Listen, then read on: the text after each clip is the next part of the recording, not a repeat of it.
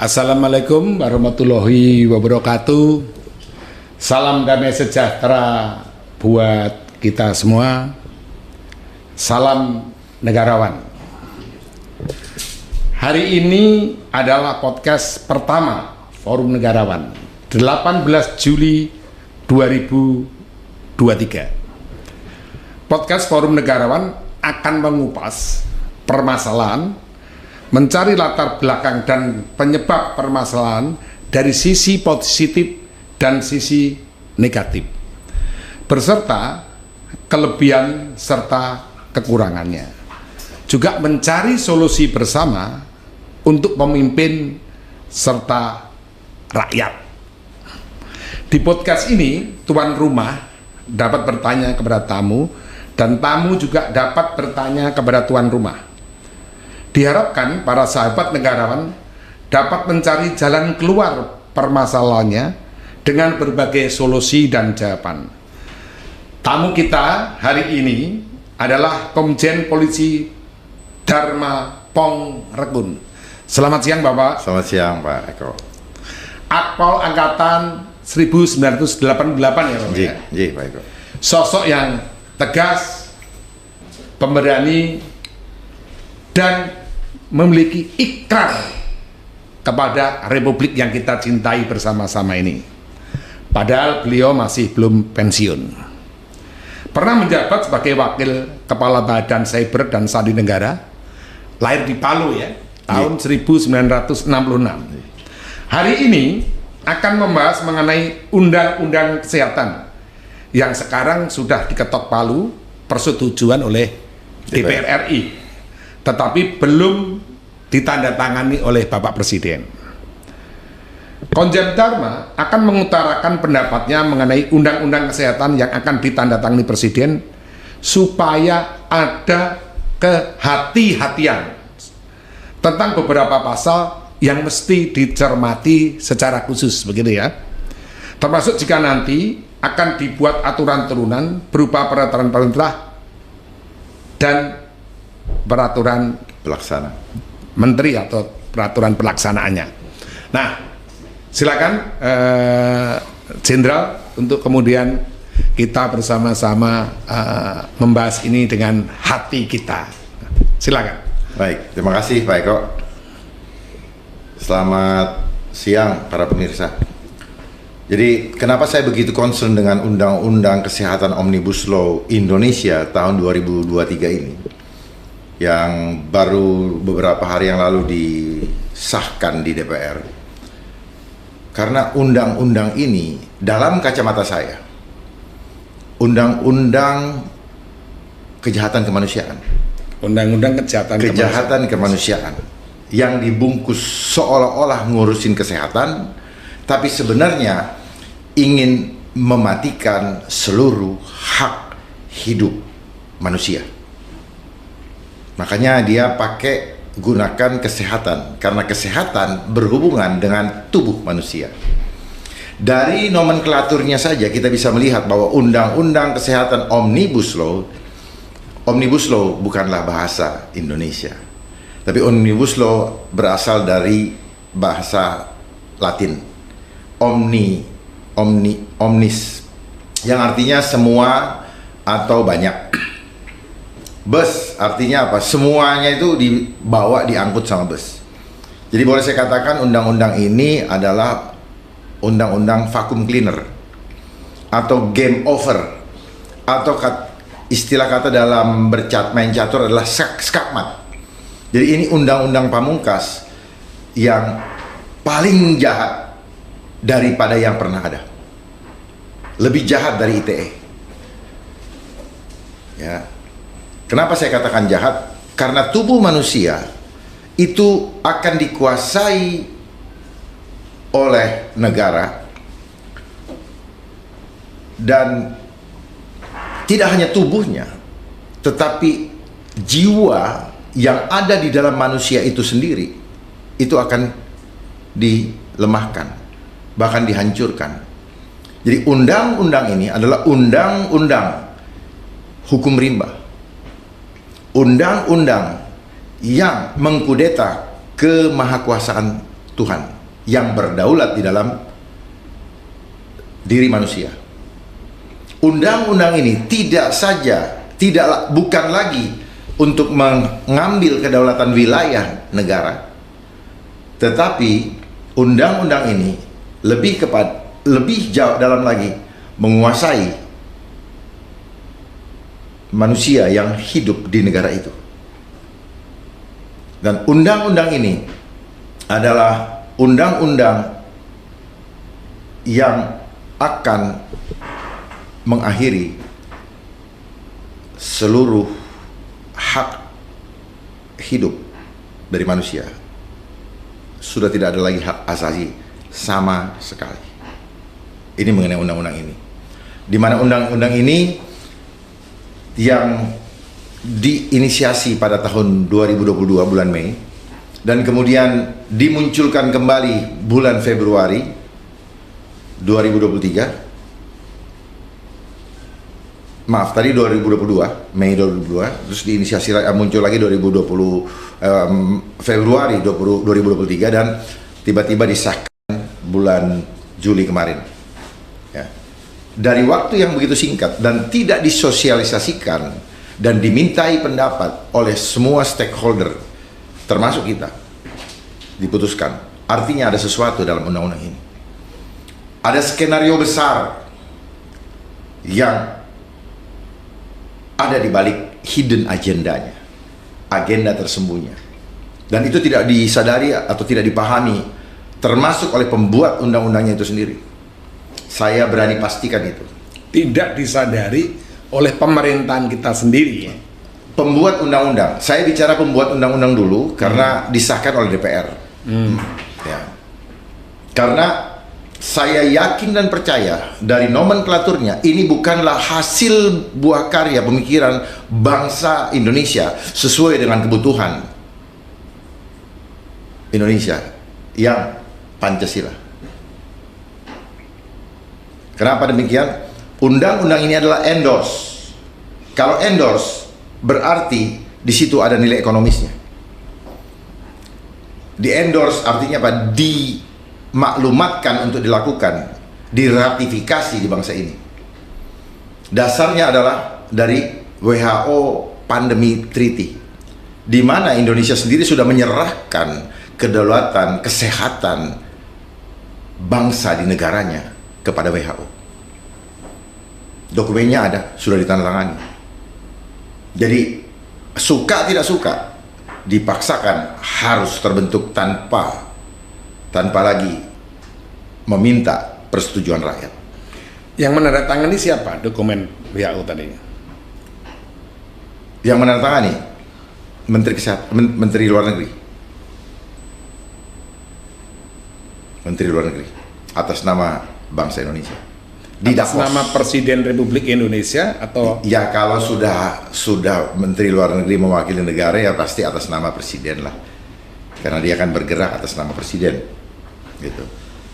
Jadi ini adalah undang-undang endgame, game over, vacuum cleaner, itu Pak.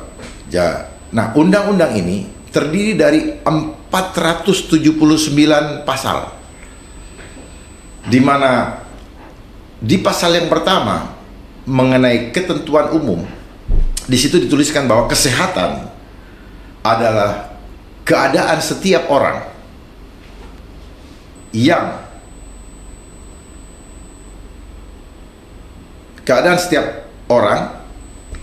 baik fisik, mental maupun fisik, mental, spiritual maupun sosial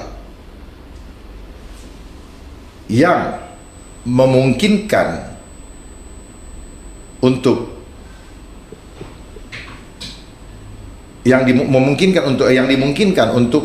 hidup produktif, ya, secara sosial dan ekonomis. Ya. Secara sosial dan ekonomi. Ya. Ya, saya coba betul-betul pahami ini. Jadi kesehatan yang dulu dianulir, tidak hanya lagi dia hanya urusin tubuh, tapi mulai masuk ke jiwa.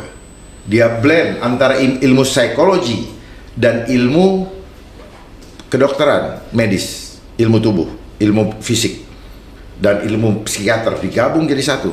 Dan satu lagi, spiritual.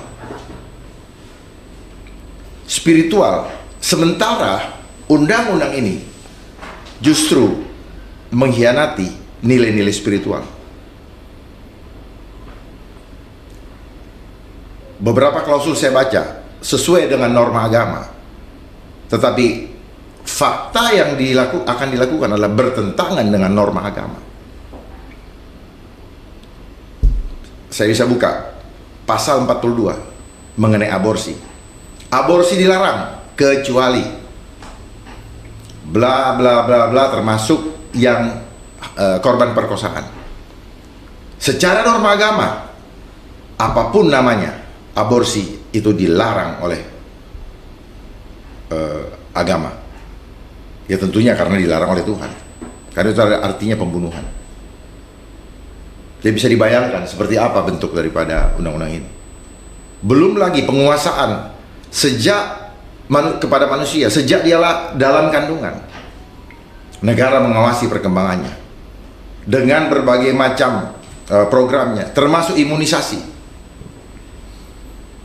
dengan beberapa paket sampai dengan masuk liang kubur, lanjut usia sampai liang kubur. Bisa dibayangkan apa yang akan terjadi terhadap generasi itu. Memang bahasanya yang muluk-muluk tadi untuk memastikan kecerdasan generasi bangsa, tetapi yang terjadi cerdas macam apa? Tidak akan lagi cerdas secara spiritual. Karena imunisasi itu berefek kepada kehancuran, kerusakan sel dia sebagai sel atau DNA dari Allah yang fitrah. Membuat mereka menjadi autis, membuat mereka menjadi kena meningitis, polio, autoimun, dan sebagainya, yang menghasilkan karakter-karakter yang tidak spiritualistis lagi. Jadi ini undang-undang adalah untuk mengkudeta kemahakuasaan Tuhan. Kita diajak untuk berpikir selalu bahwa kehidupan ini matematika, bisa dihitung dan harus dipastikan. Makanya mereka standarkan. Tidak ada itu nilai spiritual di situ. Gitu Pak Eko. Jadi ada kekhawatiran tadi bahwa ketika manusia atau masyarakat kita diimunisasi, ada mungkin sesuatu hal yang kemudian mesti harus diwaspadai, ya kan? Kepentingan di balik itu semua, maksudnya begitu. Enggak, kita pahami dulu apa latar belakang undang-undang ini. Undang-undang ini terjadi sebagai tujuan akhir, bukan tujuan akhir sebenarnya, sebagai sasaran antara kenapa adanya COVID. Jadi COVID ini adalah percepatan untuk adanya undang-undang ini, undang-undang penguasaan terhadap tubuh manusia. Saya orang hukum, saya sangat mengerti itu.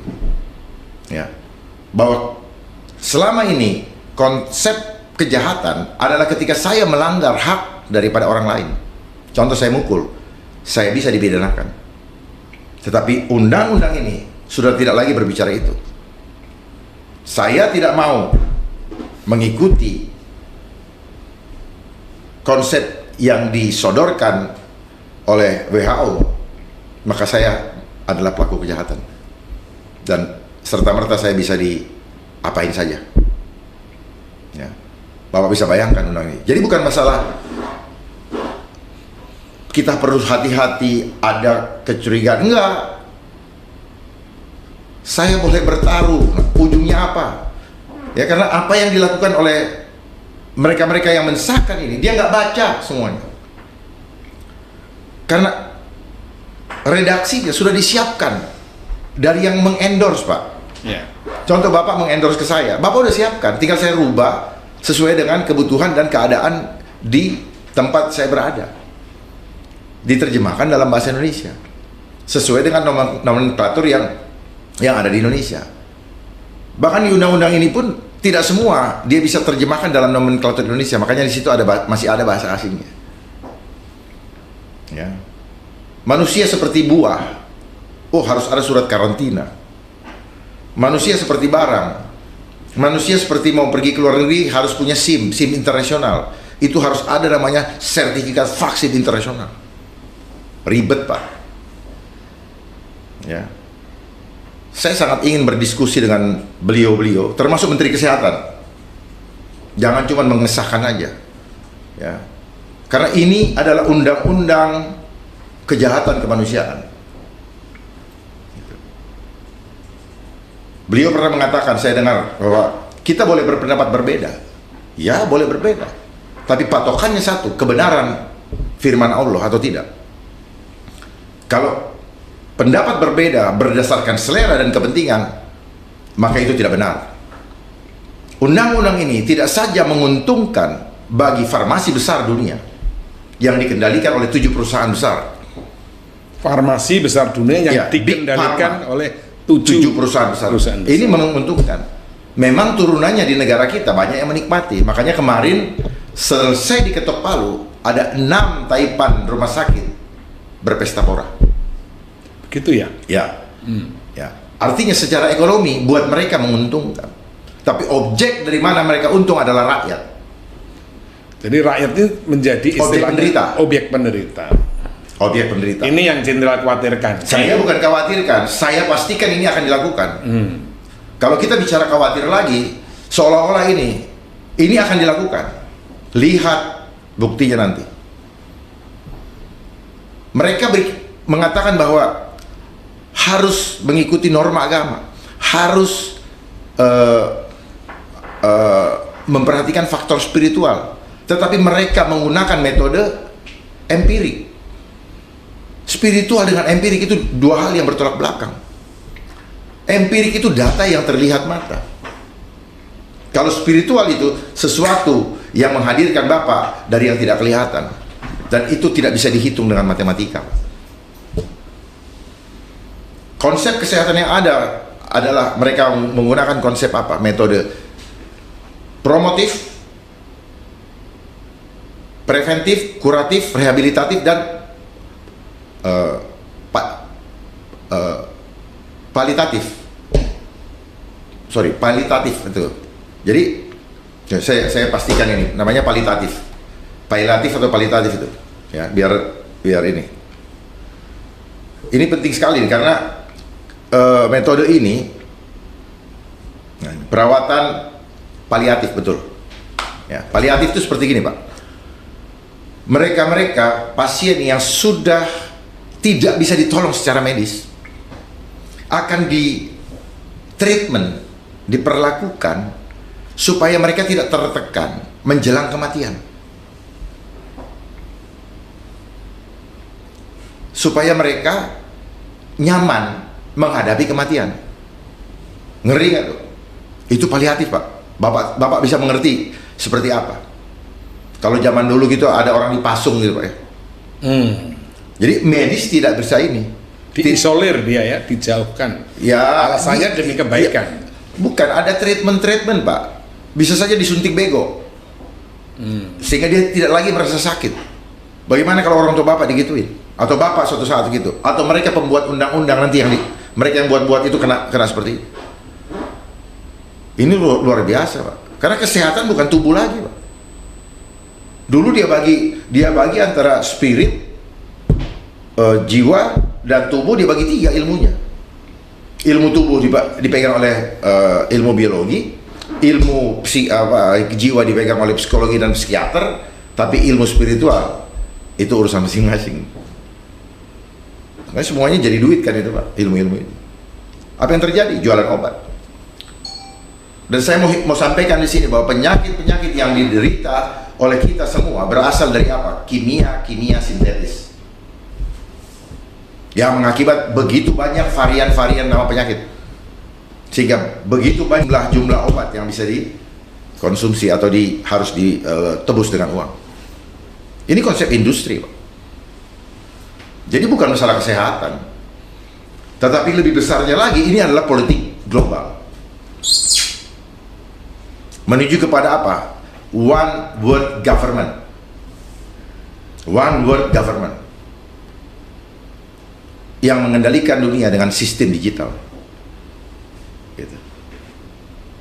Di mana nanti mereka punya 17 agenda, ya, 17 agenda yang mereka sebut dengan Sustainable Development Goals sampai 2030, di mana anak-anak akan dikuasai oleh negara. Itu udah agendanya. Jadi ini cuman proses kejahatan yang dilegalkan lewat konstitusi. Ya, untuk apa? Untuk memuluskan terwujudnya agenda mereka. Misalnya, Bapak tidak divaksin, Bapak dianggap sebagai ancaman bagi mereka yang divaksin. Lalu Bapak diisolasi, anak Bapak diambil sama negara. Nanti tunggu kejadian, baru menyesal. Karena konsepnya mereka adalah konsep empirik.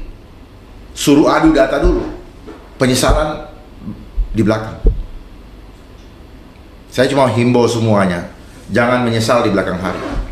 Karena bagi baik saya, baik kita semua, bahkan pembuat undang-undang, mohon maaf, satu saat pesta akan berakhir, bapak-bapak akan pensiun, dan undang-undang itu akan mengena kepada bapak dan keluarga juga.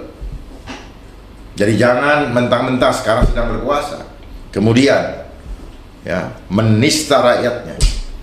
Kalau kita sayang, sungguh-sungguh kita Pancasilais dan sayang kepada rakyat, maka hentikan hal-hal kejahatan ini yang dibungkus legalitasnya dengan konstitusi.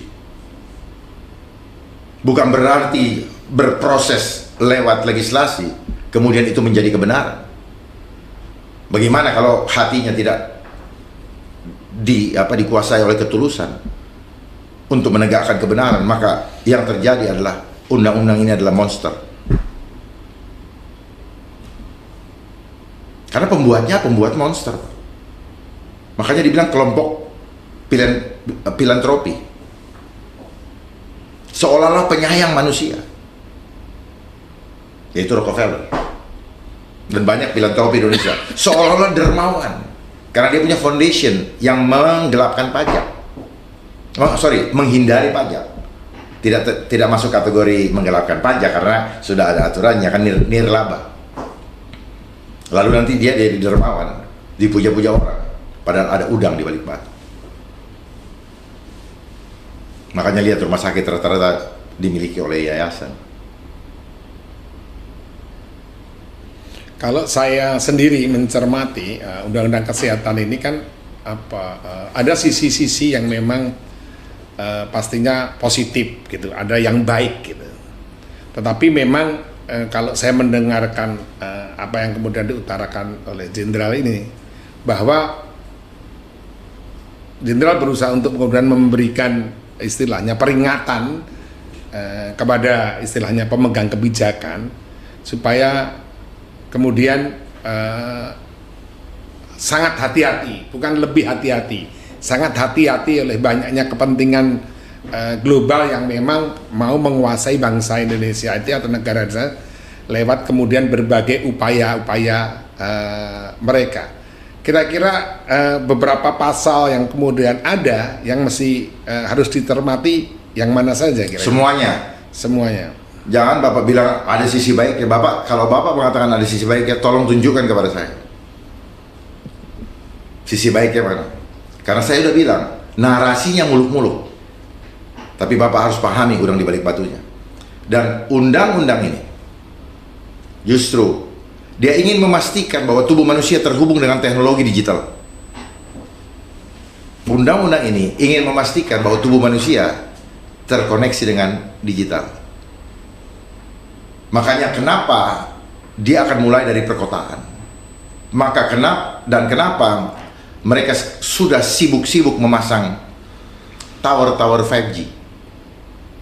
Karena undang-undang ini akan terhubung dengan social credit. Makanya 5G itu nanti akan memantau semua dengan masing-masing kita mempunyai social credit. Jadi ini nanti akan dihubungkan dengan digital ya, digitalisasi. Pasti. Makanya di sini ada teknologi. Makanya yang perlu diwaspadai kan di situ sebenarnya. Semuanya, Pak. kok bikin undang-undang kok disuruh asing sih? Nggak bisa mikir sendiri. Kita punya kekhasan sendiri, kita punya cara pengobatan yang benar kok. Saya tahu bahwa tahun 1907 itu ilmu kedokteran itu diintervensi, Pak. Ilmu kedokteran, pengobatan natural yang terlaksana 2000 tahun sebelumnya. Diintervensi oleh Rockefeller dengan menggunakan kawan-kawannya ilmuwan seperti Andrew Carriage dan Abraham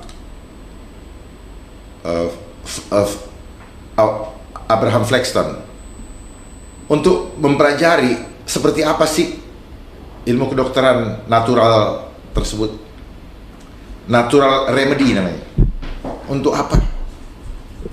Untuk apa? Nah, lalu mereka intervensi supaya apa? Supaya si Rockefeller bisa jualan obat. Dari mana obat itu diekstrak? Yaitu dari minyak. Dari minyak yang kita kenal dengan petrokimia. Gitu. Di mana di petrokimia itu unsur yang disebut dengan bakelite, ya, yang merupakan bahan plastik yang katanya bisa dicerna oleh tubuh. Dirubahlah semua.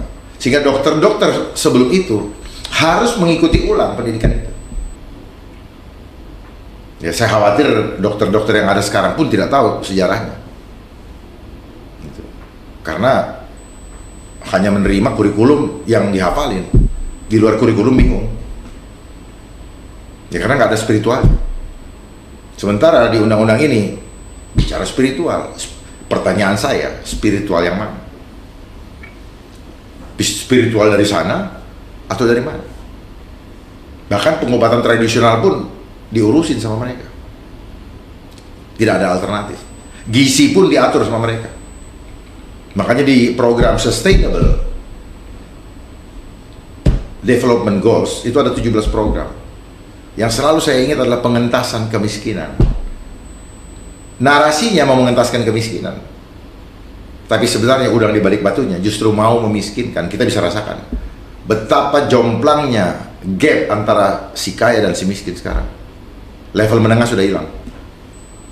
Kalau nggak ikut sana, ya bawah. Termasuk saya adalah masuk sudah ke bawah. Jadi walaupun ditulis di sini ya bahwa nanti akan memajukan pengobatan tradisional, terus herbal dan lain sebagainya, itu nanti yang akan terjadi Standarisasi.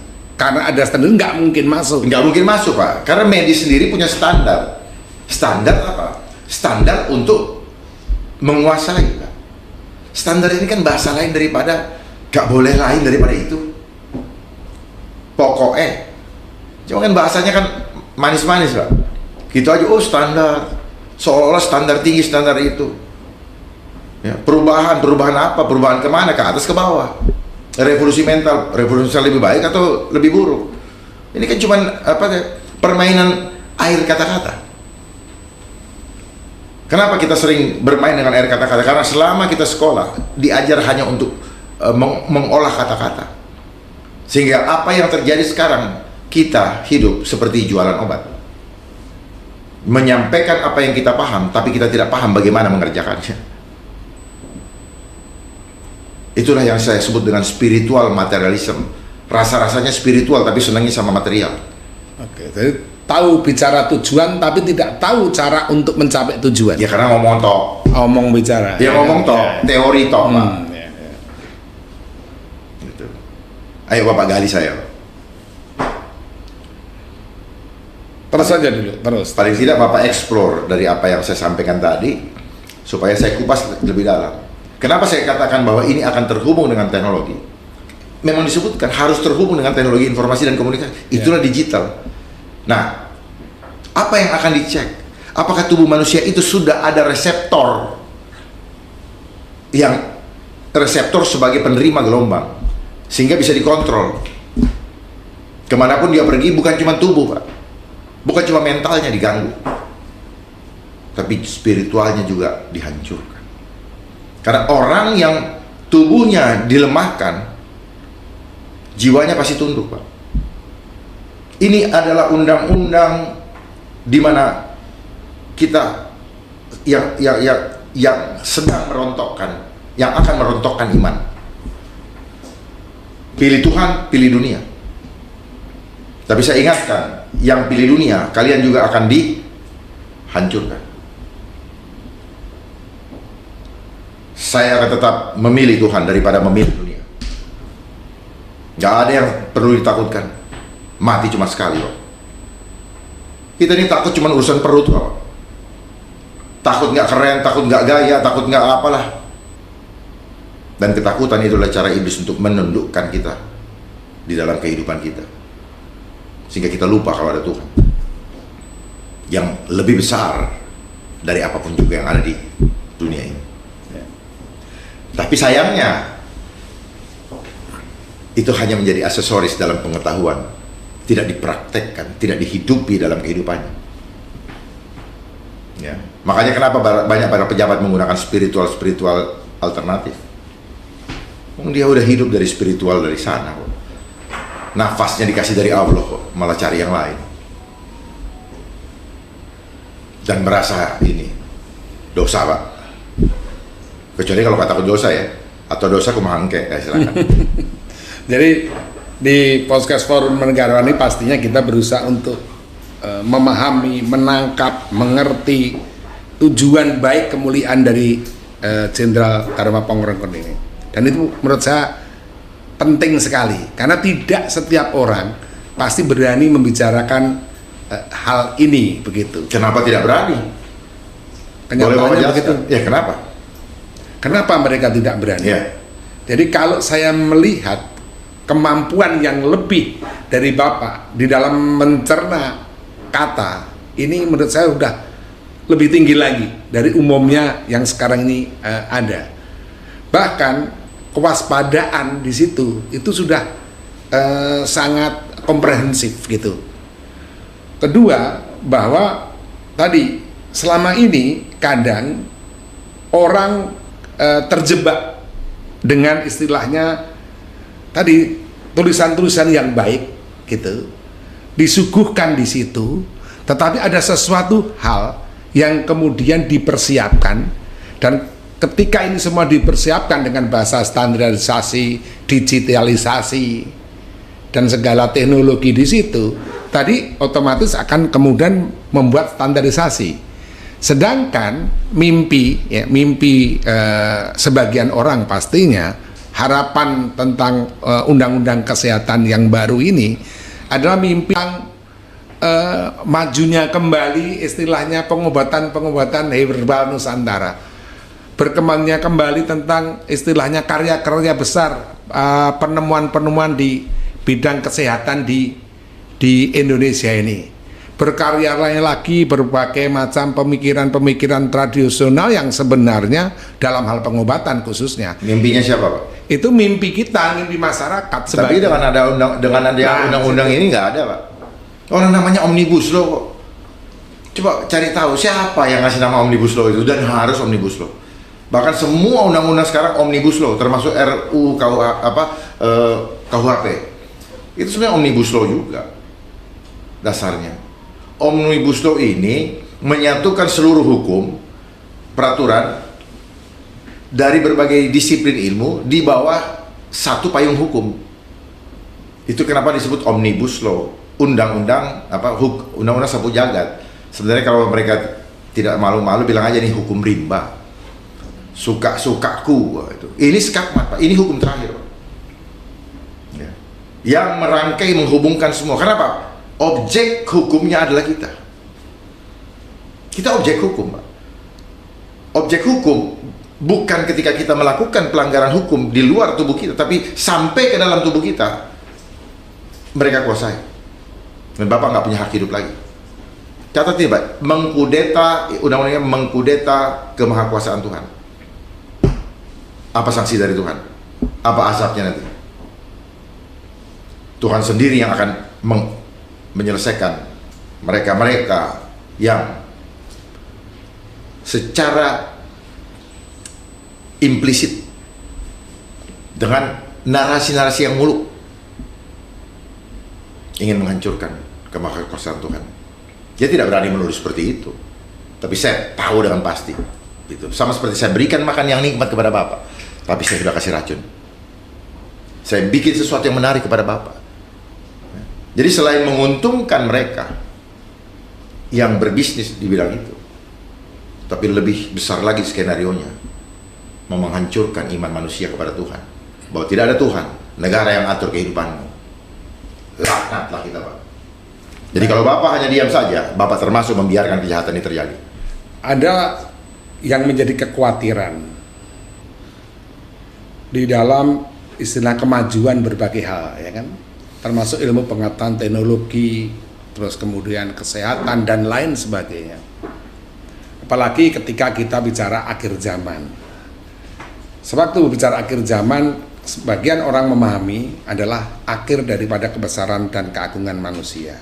Timbul kesombongan dan lupa diri manusia di seluruh dunia.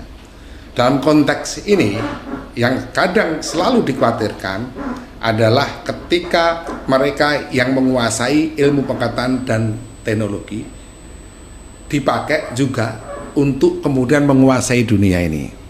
Salah satu hal yang kemudian dikhawatirkan, ya, dan ini kata Jenderal sudah berjalan itu, adalah bukan nanti manusia membuat robot, tapi manusia dijadikan robot dengan kontrol itu semua.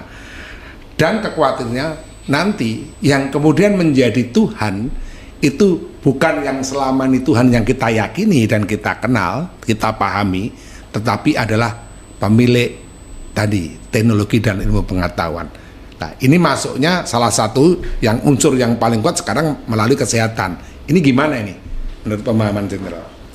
Apa yang Bapak sampaikan tadi, kekhawatiran lah apa semua, sebenarnya itu mereka juga yang bagikan kekhawatiran itu kepada kita.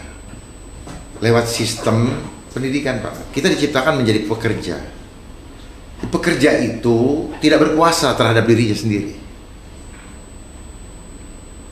Pekerja itu tidak berkuasa terhadap dirinya sendiri. Yang berkuasa kepada dirinya adalah yang menggaji. Itu diciptakan sejak tahun 1902 dalam konsep edukasi, sistem edukasi dunia. Edukasi itu pendidikan. Sebenarnya pendidikan yang saya harapkan bukan pendidikan di sekolah. Pendidikan perlu. Pendidikan apa? Kehidupan. Bukan pendidikan ilmu pengetahuan. Karena ilmu pengetahuan ini racun ternyata. Tak ada satupun yang bermanfaat. Yang ada bikin kita serakah, yang ada bikin kita sombong. Maksud saya secara spiritual menjadi tidak bermanfaat. Dapat gelar jadi sombong, ditakut-takutin begini takut juga. Makanya kenapa tadi Bapak bilang kenapa tidak itu, karena mereka punya pola pikir sudah diseragamkan itu. Makanya kenapa di sekolah dipakai baju seragam, dia punya intelektual diseragamkan. Kurikulumnya sama kok ya Pak ya, sebentar gitu. Nah, sehingga belief sistemnya itu dibolak-balik. Tuhan menciptakan kita itu segambar dengan dia. Kekuatannya diberikan kepada kita. Untuk apa, Pak? Untuk bisa menguasai bumi ini. Tetapi apa yang terjadi?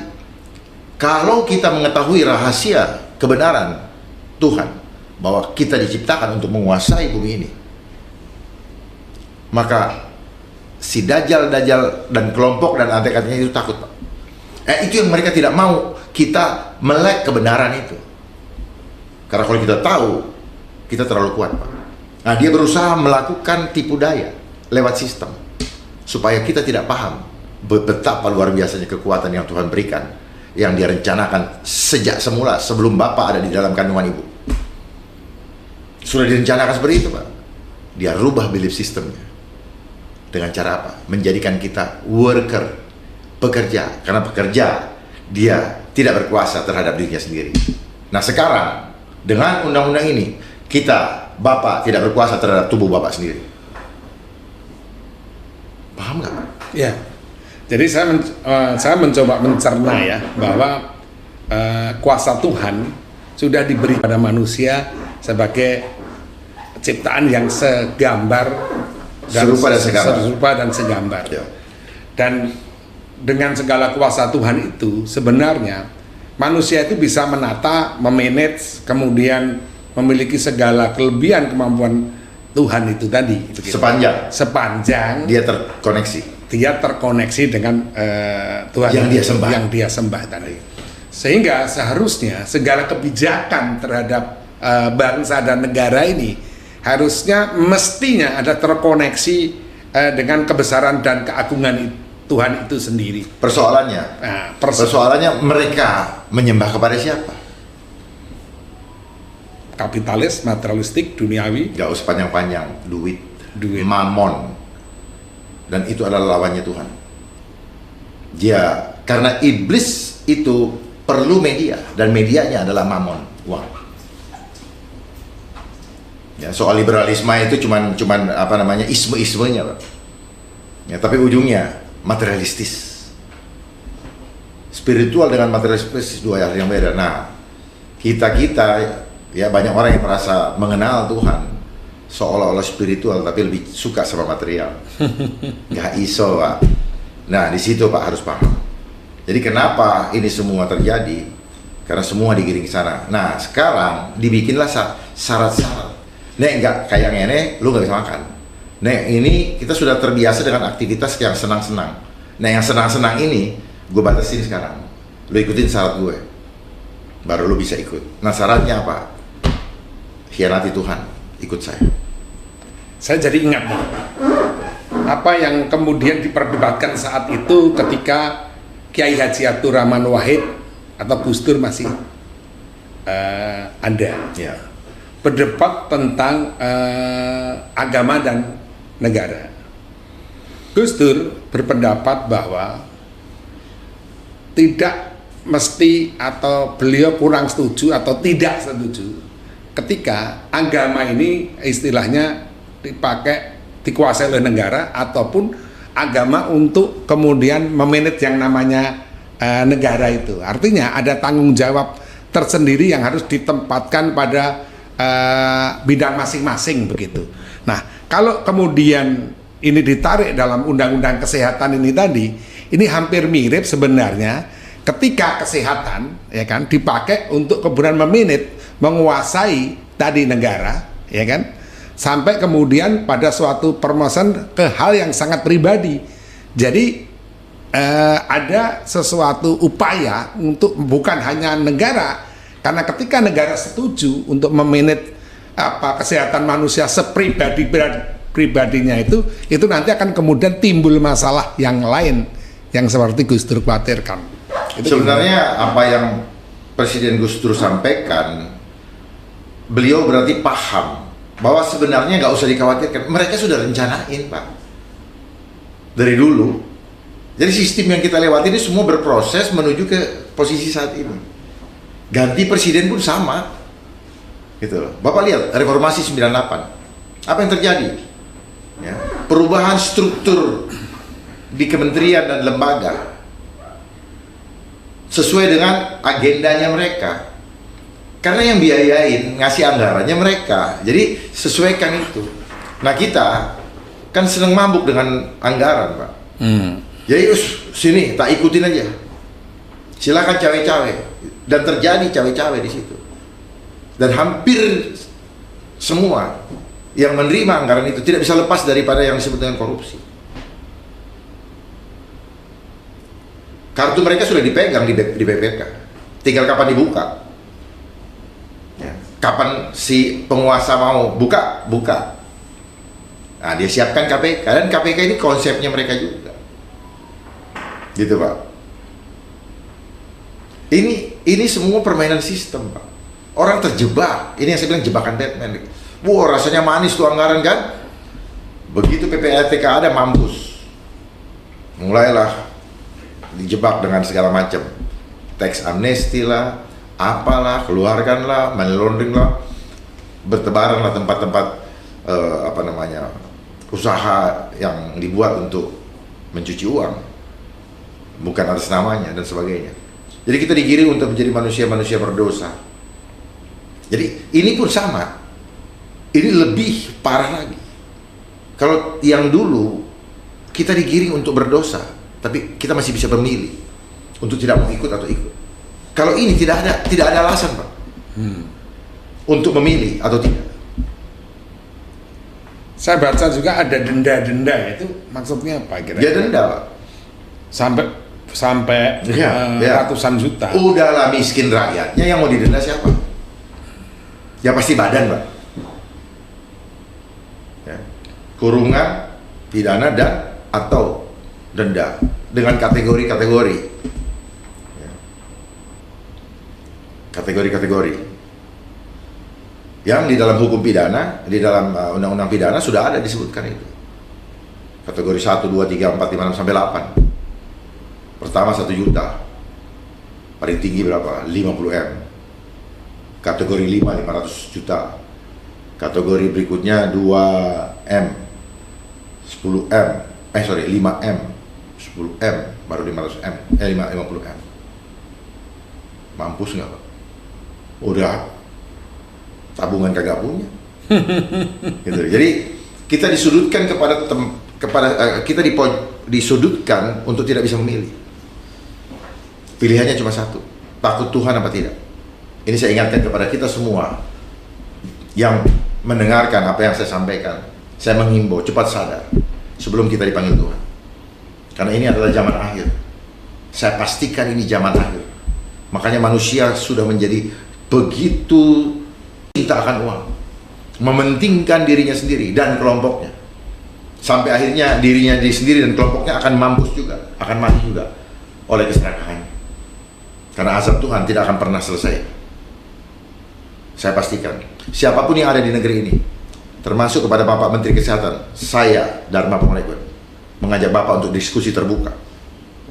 Siapapun, saya ingin cinta, kata Bapak cintakan bangsa.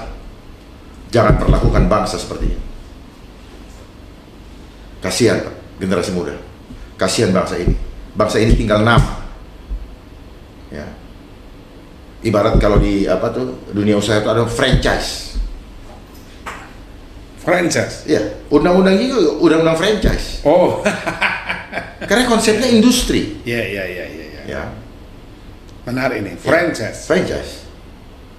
Segala sesuatu yang bukan dari bangsa Indonesia pasti itu Ternyata Astagatra juga itu bukan konsep Indonesia, Pak. Cuma dia menggunakan nomenklatur bahasa Sanskerta. Tapi sebenarnya itulah konsep intelijen. Kita suruh bocorin kekuatan negara kita suruh bocorin berapa kapasitas sumber daya alam kita dipakai untuk mereka. Sekarang kita lihat hancur semua tuh hutan-hutan. Saya tertarik tadi kata-kata franchise tadi. Berarti artinya ketika itu dilaksanakan, berarti kita harus setoran dong sama mereka, dan mereka menjual produk mereka untuk kita, dan hanya boleh kita ini menjual produk mereka saja kalau kita end user. Ya nggak tahu berapa deal-dealannya. Ini kan kalau nggak ada deal-dealan nggak jadi barang ini. Ya. Mana mau diteken-teken kalau nggak ada deal-dealan. Ya, dealnya apa? Ya, jujur, spiritual mau menjawab. Karena di sini juga undang-undang ini ada kata-kata spiritual. Ya. Saya biar pakai bahasa spiritual. Siap, monggo. Ada bahasa bumi berbunyi begini. Miralahana muhalahana taratu. Tima jana taratatu taha karana jana tatu. Kepada yang terhormat para pemimpin bangsa dan negara ini, engkau lihatlah sebenarnya apa yang menjadi isi daripada hati dan nuranimu. Apakah kemudian engkau merelakan jiwa darah daripada bangsa dan negara ini, termasuk jiwa darah daripada bangsa anak turunmu, jikalau nanti engkau kemudian membuat suatu kebijakan yang kemudian akan menghancurkan diri kita bersama-sama sebagai satu bangsa. Nah, ini tadi bahasa bumi dan mengalir, istilahnya begitu saja. Dari bahasa bumi tadi isinya kemudian bisa dipahami bahwa kita mencoba untuk mengetok hati para pemimpin bangsa, para pemimpin negara, para pejabat ini supaya mengedepankan hati nuraninya di dalam kemudian membuat kebijakan. Kalau sampai mereka tahu, ya kan, sadar dan paham bahwa kebijakan ini bisa berakibat kemudian menjadikan, dalam bahasa mohon maaf kasar itu, cures.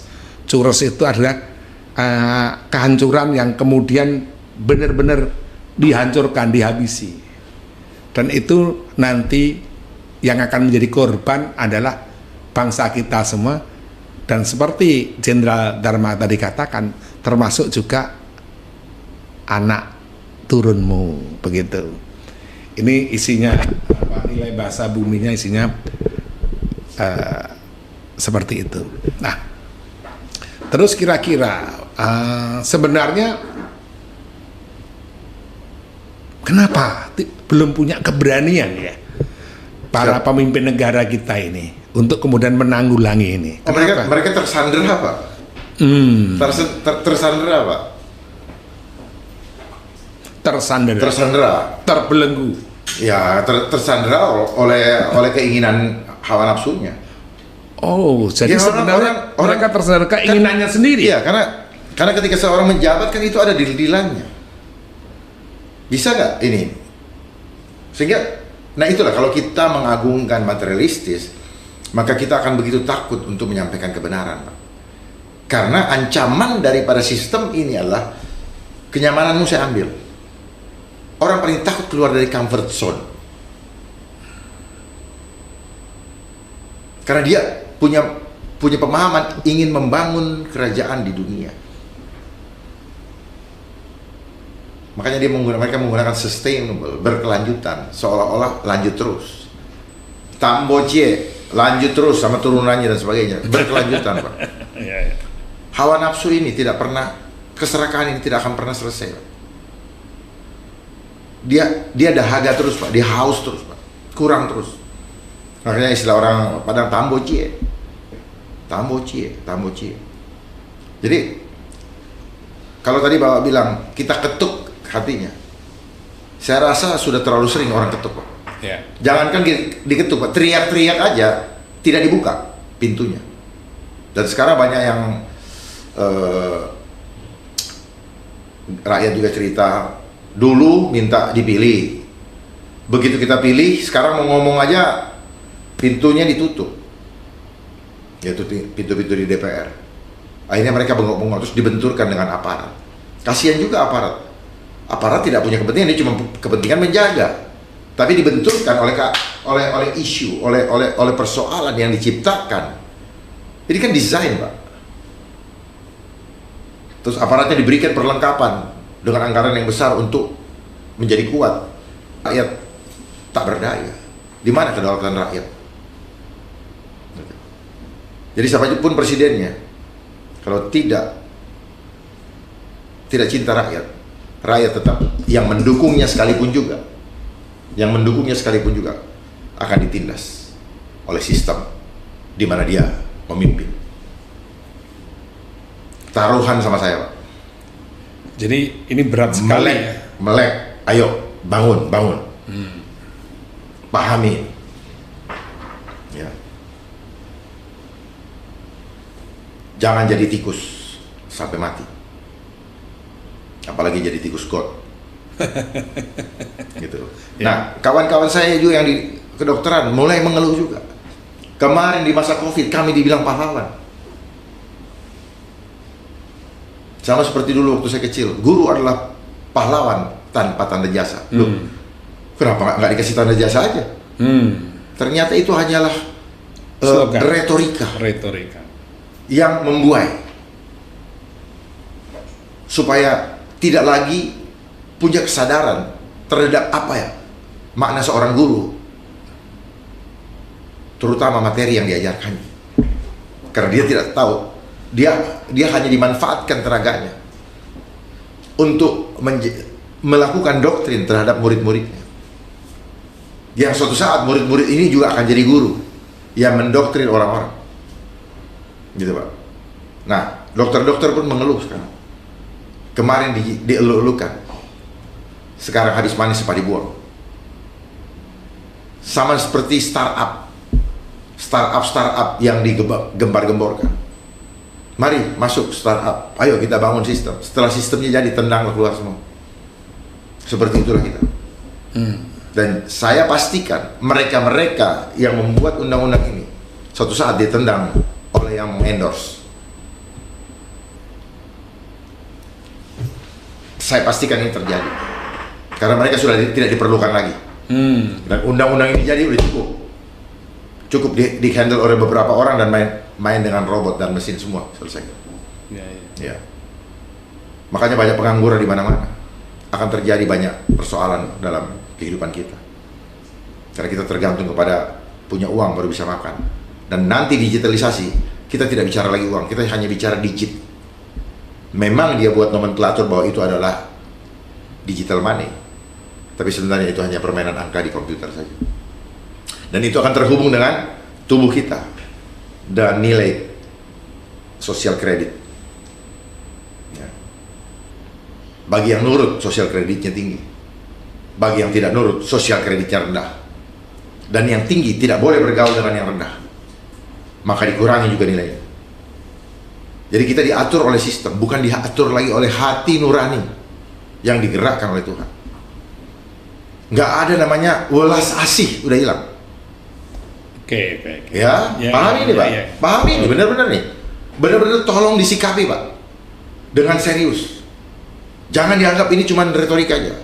Welas asih, kasih hilang, sengaja dihilangkan, nggak boleh lagi.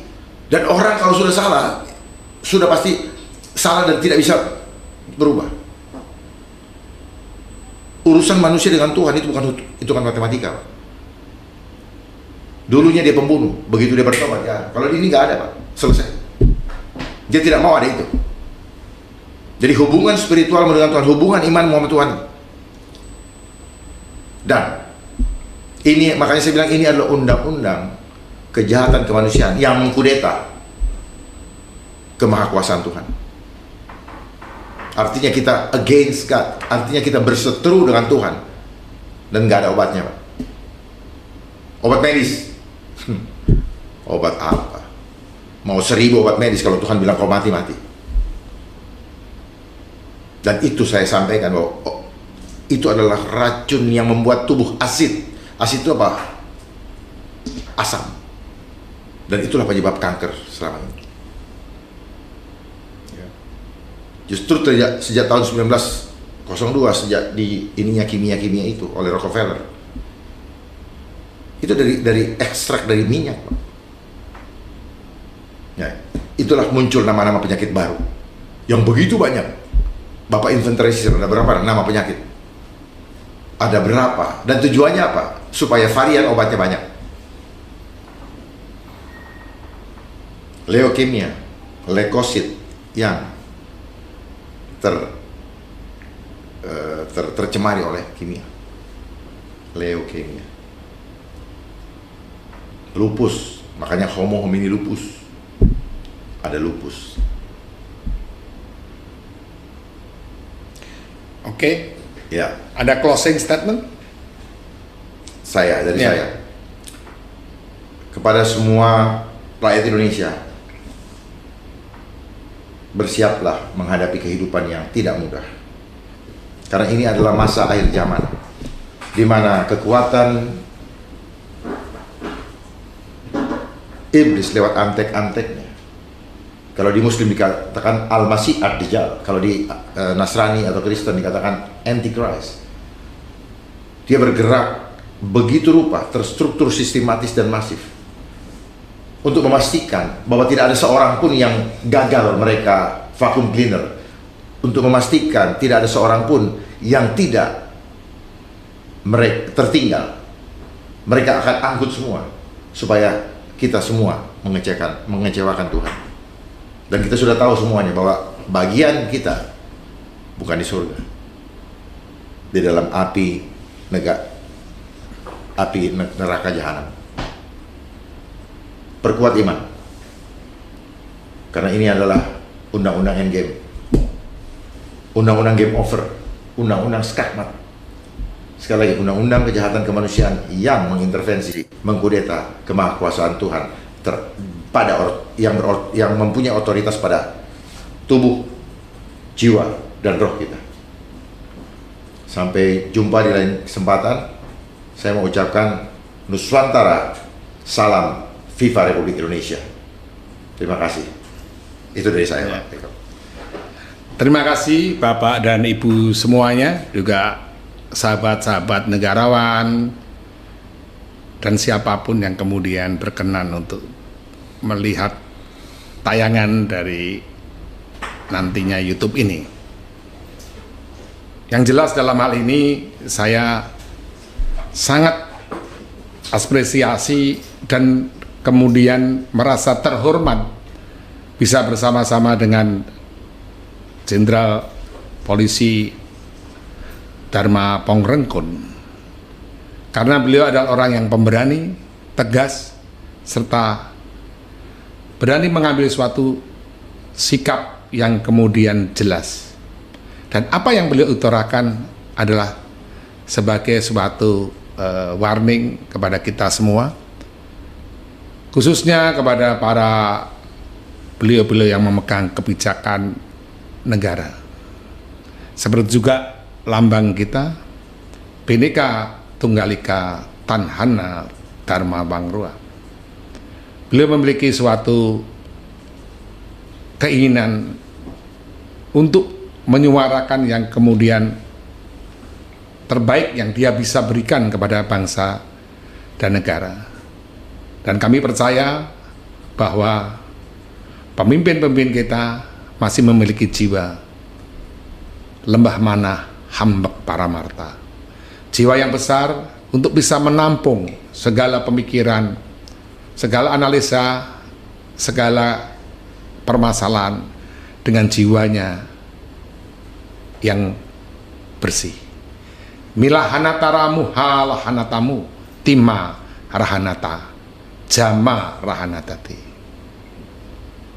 Bangsa yang besar ketika memiliki pemimpin-pemimpin yang berjiwa besar, berhati mulia, serta mampu menangkap, menilai bersama dengan perubahan peradaban zaman yang terjadi sekarang ini. Terima kasih. Wassalamualaikum warahmatullahi wabarakatuh. Salam sejahtera bagi kita semua. Jayalah Nusantara, jayalah Indonesia. Terima kasih.